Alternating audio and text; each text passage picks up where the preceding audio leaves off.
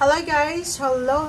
Welcome dito sa aking channel, Clarence 888. Para to sa lahat ng Aquarius. Aquarius, tingnan natin panong messages, energy para sa lahat. Pagpasensyahan nyo na muna guys sa itong reading ko ha, na pangit yung ano natin, yung lightings, lahat. Babawi ako by the end of March or pwedeng April. Doon natin pagandahin yung reading natin. Yung ganito. Okay, retirement. Wow, Aquarius, retirement.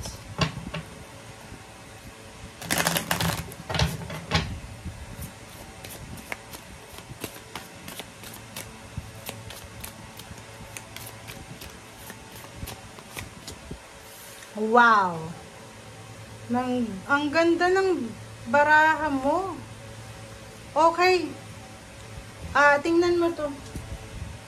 Aquarius.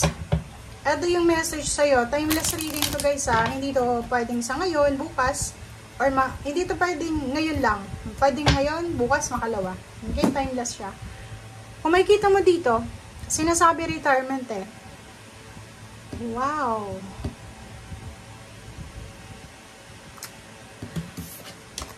Ito yung message from your angel. Sinasabi sa'yo dito na yung life purpose mo daw and other priorities, kailangan mo ng attention. Focus. Dito sinasabi na oras na daw para ayusin mo yung schedule mo sa buhay mo, sa sarili mo, kasi parang masyado kang abala. Diba? Multitasking. Minsan, sinasabi sir dito ng baraha, kailangan mong umiwas sa distractions, umiwas sa gadgets, umiwas sa pakikipagchismisan, parang ganon. And, alisin yung distraction, blackout distractions, para makapag-focus ka sa kung ano ang dapat bigyan ng focus. So, parang yung sinasabi, kasi ito yung present, ito yung future, ito yung result.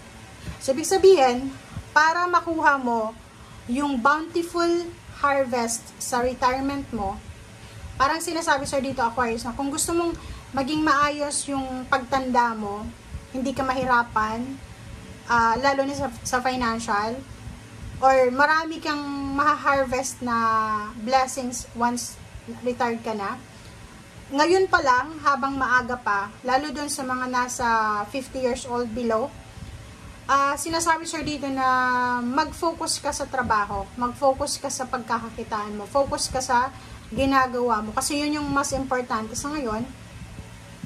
Umiwas ka sa distractions, umiwas ka sa gulo, umiwas ka sa distraction, umiwas ka sa yun, mga distraction na yan na hindi naman nakakatulong sa'yo. Okay? Sa storbo ba? Okay? Focus tayo sa ngayon. Parang kailangan mong i-sacrifice yung sarili mo sa ngayon, sa mga gala na yan, party, and focus ka sa trabaho mo. Kung may business ka, ipon muna para maging maganda yung takbo ng future mo. Pero yung iba naman sinasabi, wag masyadong mag-invest sa future, but may sinasabi kasi ditong retirement. Okay, first two cards mo dito, Aquarius, is Kings.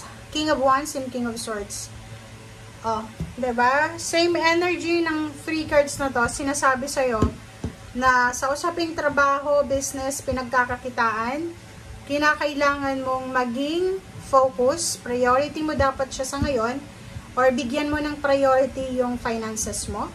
Bigyan mo ng priority yung pera, yung source of money mo. Okay? Yun yung kailangan mong bigyan ng pansin ngayon. Seer the Fool. Wow! Oh, diba? So, dito sinasabi sa'yo, Aquarius, na kung bibigyan mo daw ng focus yung ginagawa mo sa ngayon, or trabaho, negosyo, talagang yan ang magdadala sa'yo ng new beginnings. Diba? Siyempre, magta-transform yung buhay mo eh. Like, halimbawa, ngayon, hindi ka naman masyadong mayaman. Tapos, masipag ka, dedicated ka, motivated ka sa ginagawa mo. Pero hindi ka pa mayaman.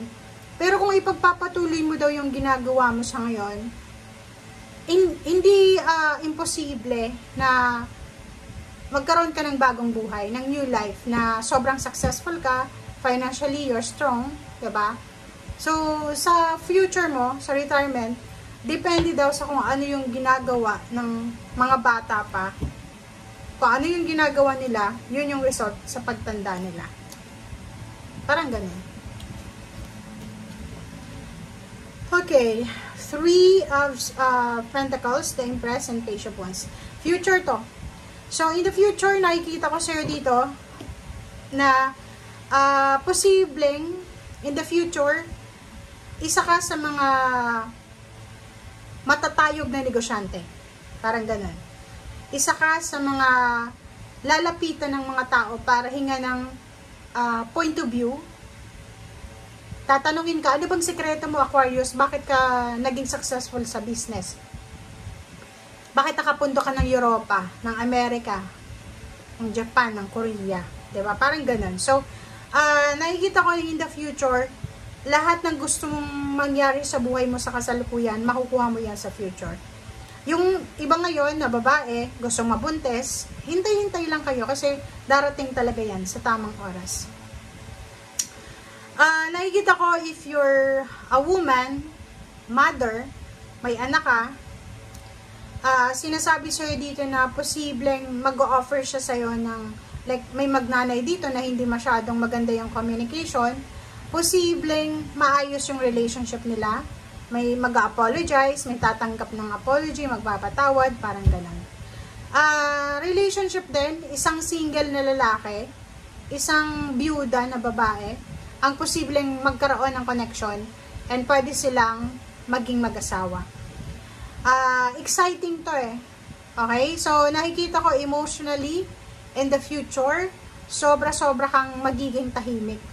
Emotionally and financially, magiging balance yung takbo ng buhay mo. Kasi, nakikita mo tong Hierophant, sinasabi na lahat ng gagawin mo simula ngayon, hindi mo siya gagawin mag-isa. Okay? Pwedeng you will be supported ng mga family mo, kasi may inheritance dito eh. Pwedeng nakapag-asawa ka ng mayaman, or makakapag-asawa ka ng mayaman, or galing ka sa pamilyang mayaman. Parang ganun. So, nakikita ko sure dito na merong mga Aquarius na sa usaping money, trabaho, merong mapopromote as a supervisor, merong makakapag-asawa talaga na mayaman, is either Leo, is either Earth signs, Virgo, Capricorn, or Taurus. Ang nakikita ko sure dito, it's either wedding to. Sa connection, wedding, collaboration, business collaboration, na pwedeng magdala ng limpak na salapi. So, nakikita ko yung connection sa'yo. Isa din sa mga possible na rason kung bakit magiging mayaman ka in the future, is pwedeng makapag-asawa ka ng milyonaryo, or yung business mo ay posibleng mag-boom siya, and tatangkilikin siya ng mga customer mo. And yung iba din dito is posibleng makapag-asawa na medyo may edad na, pero may pera. Okay? Bye!